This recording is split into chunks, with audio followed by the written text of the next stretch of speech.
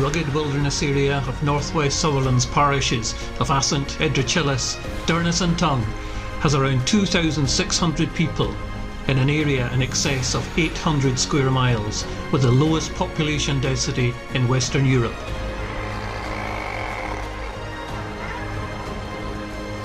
This area of scenic beauty includes 3 national scenic areas and a UNESCO geopark.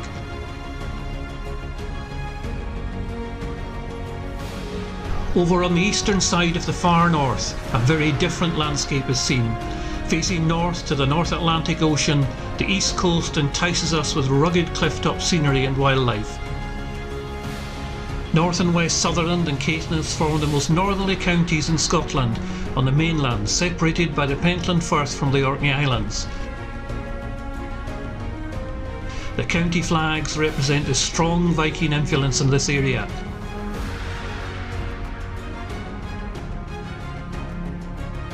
Since the end of the Ice Age, people have lived in this area. These partially reconstructed Neolithic chambered cairns at Camster and Caithness were originally built more than 5,000 years ago, making them one of the oldest stone monuments in Scotland.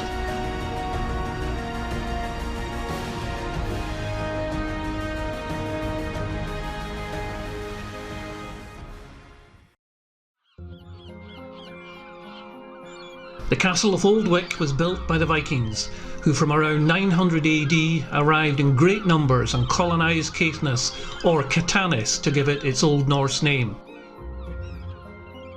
Caithness was part of the Kingdom of Norway up until it transferred to Scotland after the Treaty of Perth in 1266. But the Viking influence is still strong in the local dialect, and the vast majority of place names are of Norse origin.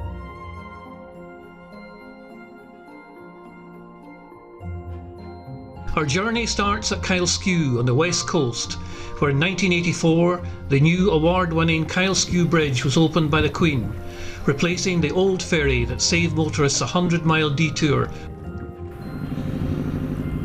During World War II, a top-secret naval mission was set up to test out small midget submarines. They trained at Kylesku as it resembled the fjords of Norway. Their mission was to sink the German battleship Tirpitz. In 1943, the midget submarines heavily damaged the Tirpitz and it was relocated to Tromsø, where it was finally sunk. We now explore the island of Handa. Up until the mid-19th century, Handa supported a relatively large population for its size. The island had its own parliament, very similar to St Kilda. And traditionally, the oldest widow was given the title Queen of Handa. The potato famine of 1848 led to the migration of the islanders to Nova Scotia in Canada, and it has since then been uninhabited. Just across the Sound of Handa lies the village of Skourie. Many people of the parish used to bury their dead on Handa Island due to the fact that the wolves would dig up the graves on the mainland, as the following poem on Edrechillis Shore from 1846 illustrates. On Edrechillis shore the grey wolf lies in wait. Woe to the broken door, woe to the loosened gate. Thus every grave we dug the hungry wolf uptore, and every morn the sod was strewn with bones and gore. Our Mother Earth had denied us rest on Edrechillis' shore.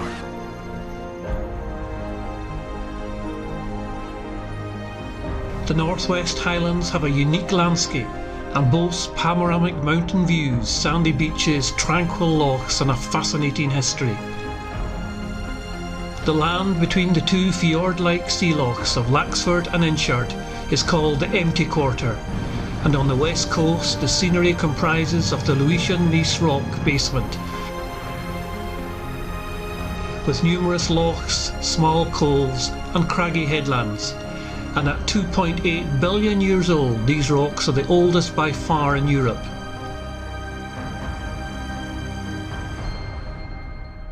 The area is shaped by the action of glaciers during the last ice age, where in between the mountains are secluded glens and caves that have yielded fossil evidence of ice age reindeer, brown bears, polar bears, the northern lynx and wolves from the last glaciation at around 10,000 years ago. There was a larger population present in this area before what was to become the Highland clearances took place between 1750 and 1860. These clearances forced clansmen and women off the marginal land to make way for more profitable sheep rearing. Feudalism moved to capitalism in less than 2 generations. The eviction of tenants went against the principle that clan members had an inalienable right to rent land in clan territory, but this was never recognised in Scottish law, and it was gradually abandoned by clan chiefs as they began to think of themselves simply as commercial landlords, rather than as patriarchs of their clanspeople. The actions of landlords varied. Some did try to delay or limit evictions, often to their financial cost. A few chieftains or landlords displayed a complete lack of concern for evicted tenants, and this led to the mass emigration of people from this area to Nova Scotia and other parts of Canada.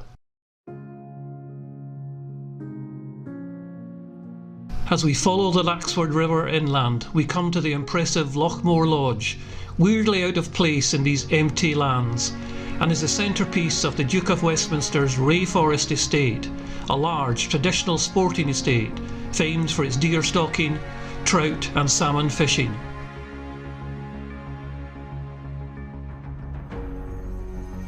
The estate covers an area from Kylesku, where we originally started off on our journey, to the mountainous rainforest area, which is not a forest in our use of the word, but is the Highland name for an area of rugged mountain wilderness with very few trees.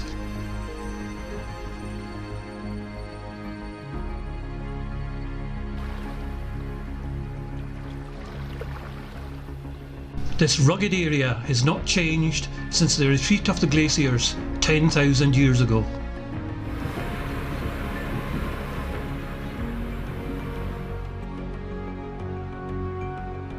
The Rainforest Estate extends some 150 square miles and contains the mountains of Ben Stack, Ben Arkell, and at almost 3,000 feet, Foinaven, whose shattered white quartzite scree and narrow ridge make for amazing hill walking. Anne Ross, who lived on the Westminster estate at Achfarry for many years, can give us an insight into life in this very remote area. I arrived in the late 70s at Lochmore Lodge. The menfolk worked as gillies. They escorted fishing parties and deer stalkers, where the gillies went with the gamekeeper and guests, using Highland ponies to carry back the deer carcass. The womenfolk did housekeeping in the various lodges and cottages on the Westminster estate.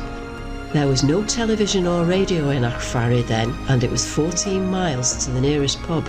We had impromptu ceilidhs in each other's houses, where there was always someone with an accordion or a guitar and plenty of people to sing.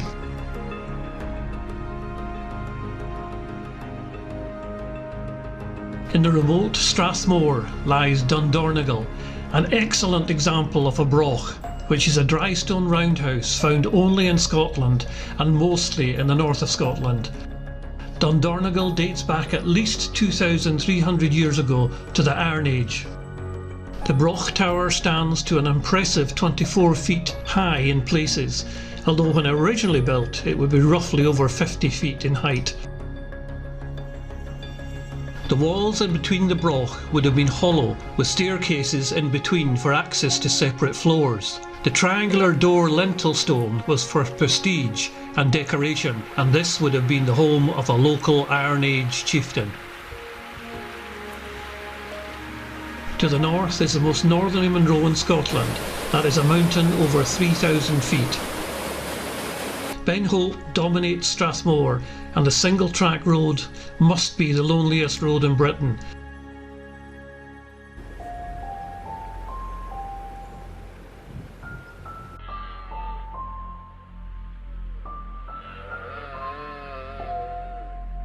We come to the central point in the whole northern landmass at Altnahara.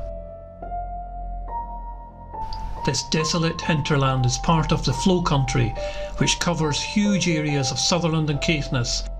These flows are a rare type of peatland which forms only in cool places with plenty of rain and covers a landscape like a blanket, hence its name blanket bog.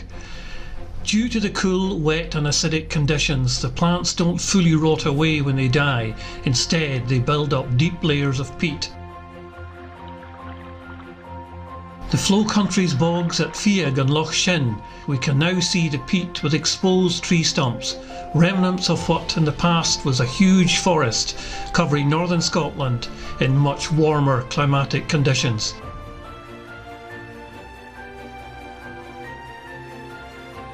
The word moin in Gaelic simply means peat.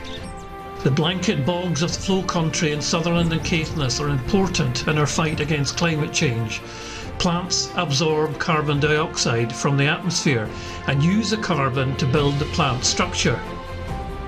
When the plants die, the carbon is released back into the atmosphere unless the plant material can be preserved.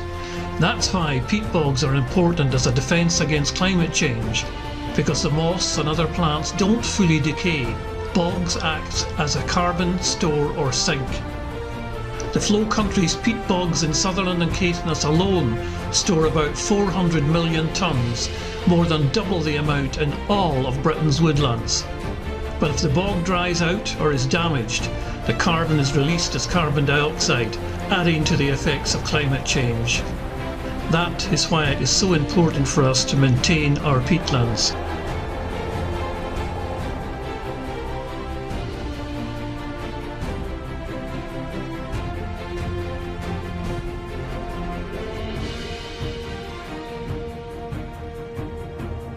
Continuing our journey to the east side of the Moyne Peninsula, we come to the scenic Kylesku, and unlike Loch Eriboll, is a shallow tidal sea loch, famous for the tongue oysters cultivated and harvested by hand in the shallow tidal waters of the Kyle.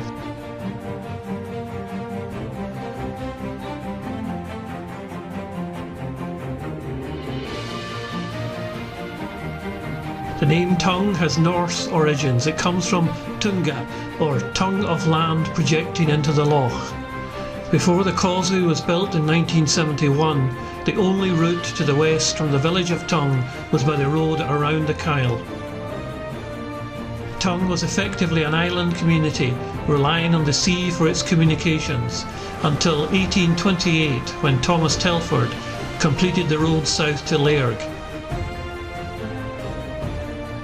In 1836, a road to Thurso followed, complete with a daily coach, and during the rest of the 1800s, efforts to complete the road west to Dunnet continued, though as late as 1894, anyone making that journey relied on ferries to cross the Kylesku, the River Hope and Loch Eriboll.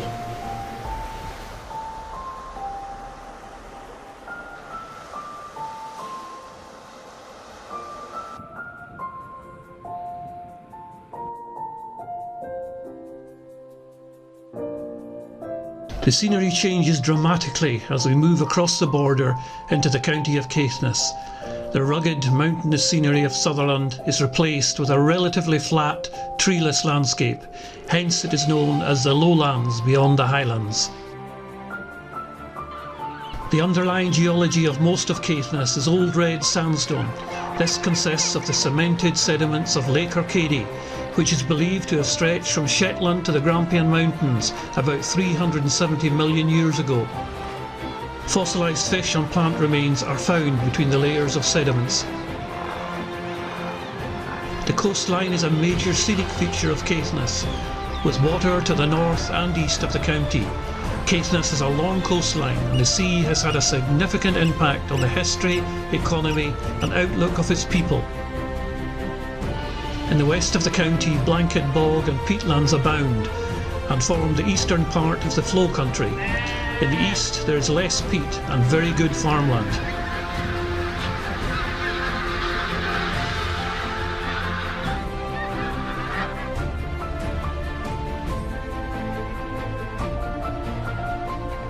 There are more brochs in Caithness than there are anywhere else in Scotland.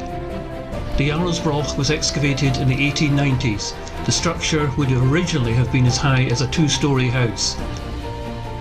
When the broch was built around 2,000 years ago, the area would have looked very different.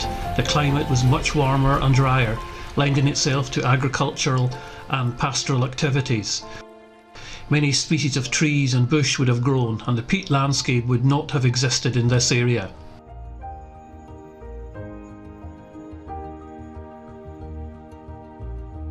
The stacks at Duncansby Head near Jonagrolts are visually impressive.